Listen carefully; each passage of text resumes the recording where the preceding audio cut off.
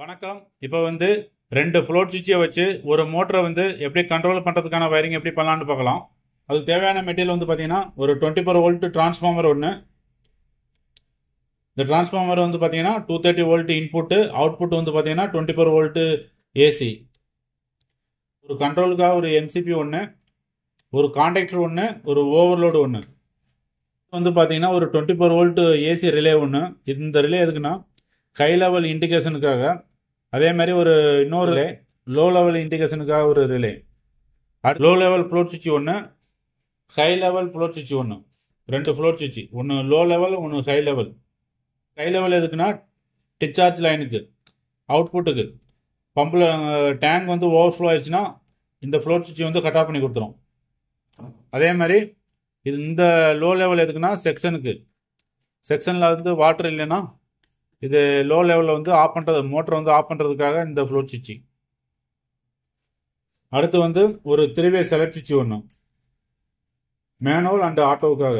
அடுத்து வந்து ஹேண்ட் மோடில் வந்து என்ஓ புஷ் பட்டன் ஒன்று ஆன் பண்ணுறதுக்கு, என்சி புஷ் பட்டன் ஒன்று ஆஃப் பண்ணுறதுக்கு. இப்போ வந்து 2 ஃப்ளோட் சுவிட்சை வச்சு ஒரு மோட்டரை வந்து எப்படி கண்ட்ரோல் பண்ணுறதுக்கான வயரிங் எப்படி பண்ணலான்னு பார்க்கலாம். அதுக்கு தேவையான மெட்டீரியல் வந்து பார்த்தீங்கன்னா ஒரு 24 வோல்ட் டிரான்ஸ்ஃபார்மர் ஒன்று, ஒரு 3-வே செலக்ட் சுவிட்ச் ஒன்று, ஒரு என்சி புஷ் பட்டன் ஒன்று, ஒரு என்ஓ புஷ் பட்டன் ஒன்று. அடுத்து வந்து பார்த்தீங்கன்னா ஒரு கான்டாக்டர் ஒன்று, ஒரு 24 வோல்ட் ஏசி கான்டாக்டர் ஒன்று, ஒரு ஓவர்லோடு ரிலே ஒன்று. நெக்ஸ்ட் வந்து பார்த்தீங்கன்னா ஹை லெவலில் வந்து ஒரு ஃப்ளோட் சுவிட்சு, லோ லெவலில் வந்து ஒரு ஃப்ளோட் சுவிட்சு. அடுத்து வந்து ஹை லெவல் இண்டிகேஷனுக்காக ஒரு ரிலே ஒன்று, லோ லெவலுக்கு வந்து ஒரு ரிலே ஒன்று. இந்த 2 ரிலே வந்து பார்த்தீங்கன்னா 24 வோல்ட் ஏசி ரிலே. அடுத்து வந்து பார்த்தீங்கன்னா ஒரு 230 வோல்ட் ஹை லெவலுக்காக ஒரு இண்டிகேஷன் லேம்ப் ஒன்று, லோ லெவலுக்காக ஒரு இண்டிகேஷன் லேம்ப் ஒன்று. இந்த 2 இண்டிகேஷன் லேம்ப் வந்து 230 வோல்ட். இந்த கான்டாக்டர் ரிலே வந்து பார்த்தீங்கன்னா 24 வோல்ட் ஏசி காயில் இது.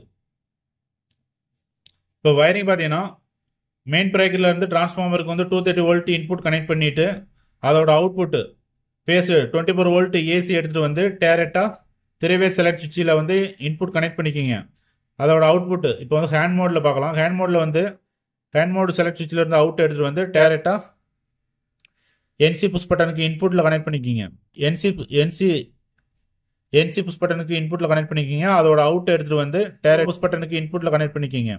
என்ஓ புஷ் பட்டன்லேருந்து அவுட் எடுத்துகிட்டு வந்து டேரெக்டாக ஓவர்லோடு 95 என்சியில் கனெக்ட் பண்ணிக்கிங்க. அடுத்து 96 என்சிக்கிலேருந்து அவுட் எடுத்துகிட்டு வந்து டேரெக்டாக கான்டாக்டரோட A1 கனெக்ட் பண்ணிக்கிங்க. இந்த கான்டாக்டரோட A2 வந்து பார்த்தீங்கன்னா டேரெக்டாக வந்து டிரான்ஸ்ஃபார்மரோட 0 வோல்ட்டில் கனெக்ட் பண்ணிக்கிங்க.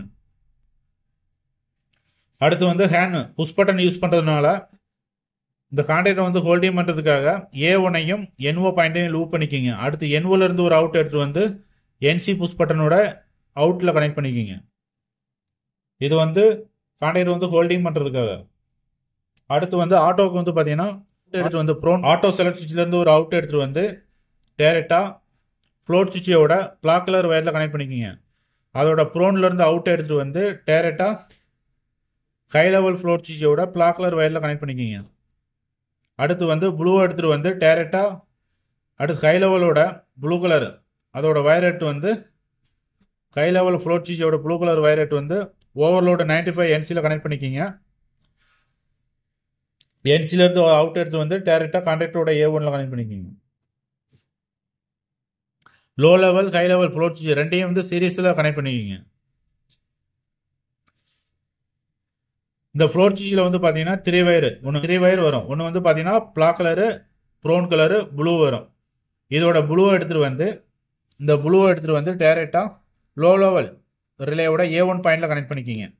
அதே மாதிரி பிளாக்கும் ப்ளூவும் கனெக்ட் பண்ணியாச்சு. அடுத்து வந்து ப்ரௌன் கலர் வந்து பார்த்தீங்கன்னா டேரெக்டாக ஹை லெவல் ரிலேயோட A1 பாயிண்டில் கனெக்ட் பண்ணிக்கிங்க. இந்த 2 ரிலேயோட A2வில் வந்து பார்த்தீங்கன்னா டிரான்ஸ்ஃபார்மரில் வந்து 0 வோல்ட் கனெக்ட் பண்ணிக்கிங்க. அடுத்து வந்து ஹை லெவல் ரிலேயோட காமன் பாயிண்டில் ஒரு பேஸ் கனெக்ட் பண்ணிக்கிங்க. 230 வோல்ட் பேஸ் கனெக்ட் பண்ணிக்கிங்க. அதோட NOலேருந்து அவுட் எடுத்துகிட்டு வந்து ஹை லெவல் இண்டிகேஷனோட L1 கனெக்ட் பண்ணிக்கிங்க. இதோட நியூட்ரல் வந்து பார்த்தீங்கன்னா டேரெக்டாக கனெக்ட் பண்ணிக்கிங்க. அதே மாதிரி லோ லெவலுக்கு காமனில் ஒரு பேஸு நார்மல் ஓப்பன்லேருந்து அவுட் எடுத்து வந்து இண்டிகேஷன் லேம்ப் வந்து கனெக்ட் பண்ணிக்கிங்க. இதுக்கு நியூட்ரல் வந்து டேரெக்டாக கனெக்ட் பண்ணிக்கிங்க. இந்த பிளாக்கும் ப்ரோனும் வந்து பார்த்தீங்கன்னா இதோட கண்டினியூட்டி வந்து பார்த்தீங்கன்னா லோ லெவலில் வந்து பார்த்தீங்கன்னா பிளாக்கும் ப்ரோன் கலர் 2 வயரில் வந்து கண்டினியூட்டி டெஸ்ட் பண்ணுறது வந்து பார்த்தீங்கன்னா ஃப்ளோட் சுவிட்ச் வந்து அப் சைடில் இருக்கணும். அப்போ அந்த நேரத்தில் கண்டினியூட்டி வந்துச்சுன்னா இது மாதிரி கனெக்ட் பண்ணிக்கிங்க. தேங்க்யூ ஃபார் வாட்சிங் வீடியோ.